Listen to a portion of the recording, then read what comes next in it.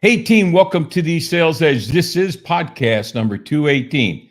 Have you ever wondered, is there a process, a procedure, a protocol for how and when and why we connect with clients? And so today we are going to go into depth on that. Welcome to the Sales Edge. This is Joe Pici, your host. And thank you so much for Pici and Pici, a speaking, coaching, training, consulting firm recapturing lost revenues for our clients, lost momentum and lost culture, and also sellmorevirtually.com. That is our membership platform, and every Thursday night, for very little money, I'm out there live. You realize that you and I could coach live every Thursday night for an hour, downloads, e-courses, so much, and we invite you to be part of that. But as we're moving forward today, I'm really excited about this podcast. You know, for the past 6 to 8 months, I've been doing a lot of coaching and consulting with present clients, former clients, new clients, and something keeps coming up, and it's about communications with clients. Now, in no way, shape, or form am I telling you how to run your business. In so many processes in business, a salesperson might pass off an account to an account manager. And in some cases that works well, in some cases not. I don't want to step on any toes. However, I would recommend that the salesperson stay engaged with that client. Okay. And I'm going to get into some processes, some procedures, some just how-to-its of the whole communication. The first thing we need to understand about being great communicators with those clients is to engage in active listening skills. You know, so many times I've heard people say they just don't listen. So how do you actively listen? And there's so much good information out there. We have a course on active listening, but one way is to take notes, and the second way is to clarify. And by clarifying, you are saying back to that person what they said. So your first one is active listening skill. The next one is that follow-up conversation through email or a note. You've had a live call, you've had that communications, and now follow it up with a note, follow it up with an email, give some highlights. Hey, John, this is what we covered today. It's always good to do that. It also gives you what we say, the paper trail. Next is to be extremely positive. Your position in their life is to be proactive, positive, leading the charge. Let's not dump negative in any way, shape, or form into our clients. Here's another thing. Never, ever, ever pour anything negative about what's going on inside your company into a client. That's poison. As Nick Saban says, that's rat poison. And so we want to stay away from that. Consider your tone. Number 4, watch your tone when you're speaking. Let's not be harsh. Let's not be sarcastic. Let's not have that tone in our voice where we're angry. That just comes through. And so we want to be careful of our tone. You might want to record yourself sometime and just listen to how you sound. Next is to prepare for questions. We all know that when you make that call, there's going to be questions. I'm going to talk to you about a little bit of how to handle them, but prepare for questions. Don't be shocked by them. Next, be very concise. We're not calling them to waste their time. I like to call it polite directness. Let's be polite, let's be direct, but let's be concise. From there, we're going to move into let's be simple and clear. We don't want to confuse anybody. One of the biggest challenges in any type of communication is people get confused, and decisions are never made by a confused mind. So everything we say has to be extremely concise and extremely. I was on the phone with a client yesterday who pulled in a third party, and what we were able to accomplish in 45 minutes was unbelievable because the three of us were clear and concise, and they already had questions they were ready to ask me. So it was a very beneficial conversation. And the next one is always to be polite. Never assume that you get away with that. Be polite. And I think that's something that's missing in our communications. I think we've lost that politeness. And so if you need to understand what polite is, pull that up in the dictionary and you'll see some real bullet points on what it is to be a polite person. Now, from there, I want us to understand how important it is for us to be professional.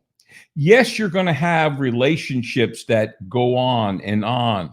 However, there is a certain amount of professionalism, no matter how close you are to that client, that needs to be executed. You see, the minute you drop your professionalism, then familiarity will breed contempt, and they'll just stop listening to you.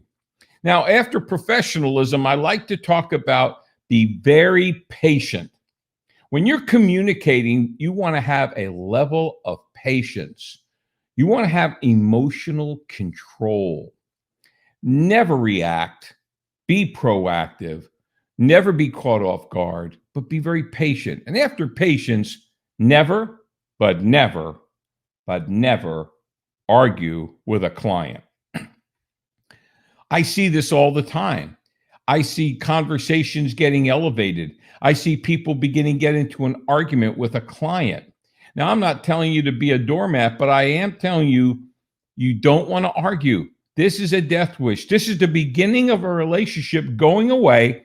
This is how you lose clients. When we lose our emotional control and we get angry and we argue, that client is on their way out the door. Now, after that, and these are all bullet points I'm getting from clients. These are the things I'm hearing from my clients about things they would like addressed when I'm working with their teams.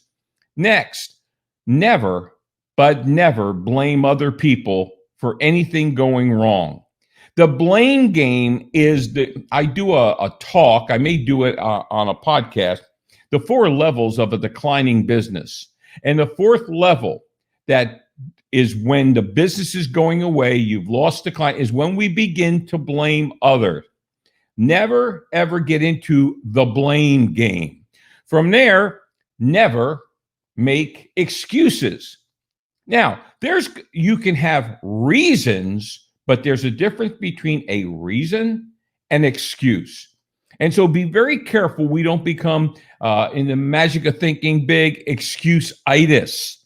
People don't like when they're confronted, or you confront them with an issue, and the first thing you do is you make an excuse.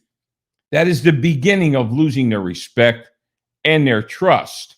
After that, never, ever, ever, ever, ever interrupt. Now, for some of us who tend to be a little bit more fast-paced and our brain is always spinning, we can tend to interrupt. And I'm telling you, people do not like being interrupted. And I don't care. They'll cut you slack and they'll kind of giggle and they'll pretend it's not a problem. It is a problem. And when you interrupt, you're stepping on someone. You are hurting their feelings. You are disrespecting them. And so the idea of being a great listener, the idea of really hearing everything, is the beginning of not interrupting. But I can tell you, there are certain behavior styles. The moment you interrupt them, they will begin not to engage with you. And we don't want that to happen. So that's a big one. Now, another one is take responsibility. So when you're communicating with your client, when things are not going perfectly, own up. Take the responsibility. I didn't say take the blame. I'm sorry this has happened, John. I'm going to be responsible for getting this right. The minute you own the responsibility, that is the beginning of reducing conflict. From there, always be honest. Tell the truth. It's funny because I was with some coaching clients Friday, and I said, guy, don't worry about me. I will never lie because I'm old and now I don't have to remember. And so when you lie, you have to think, what did I tell them? Just tell the truth. People want the truth. They want transparency. They want honesty. From there, set expectations. There's 3 things: when, how, and why you're going to communicate with them at the next time. When you're going to call them back, okay? How? Maybe I'll follow it up with an email. And why am I communicating back with you? So there's always a when, how, and why in setting future expectations. And in communicating with your client, do it often and be consistent. So now you have, I call that the tactic list. Now, I'm going to give you some musts. I call them non-negotiables. And I listed a few up there, okay?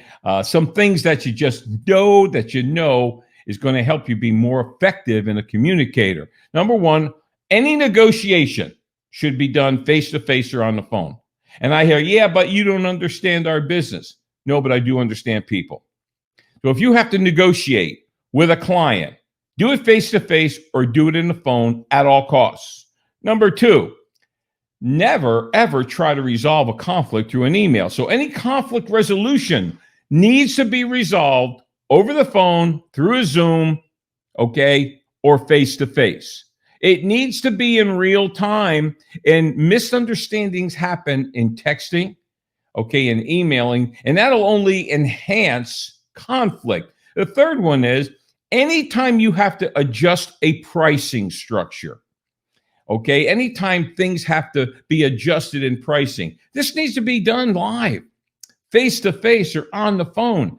You don't just drop a bomb. We've had an increase in materials. We're going to have to pass that on to you. I don't think that plays well. Next, anytime you're selling, I believe selling needs to be done live, telephone, Zoom, face-to-face, not through an email, not through a text. But again, these are all Joe-isms, and I just believe that to get traction, the whole communication thing with a client is vitally important, how you do it. Next, keep your clients informed. So many times in a project, there's things that happen. Don't go silent. Stay alive, stay in the now, pick up the phone, call your client and say, okay, we're going to have a 2-week delay. I'm going to take responsibility. I'll keep you informed at all times. Now, of course, you're going to hear stuff you don't want to hear.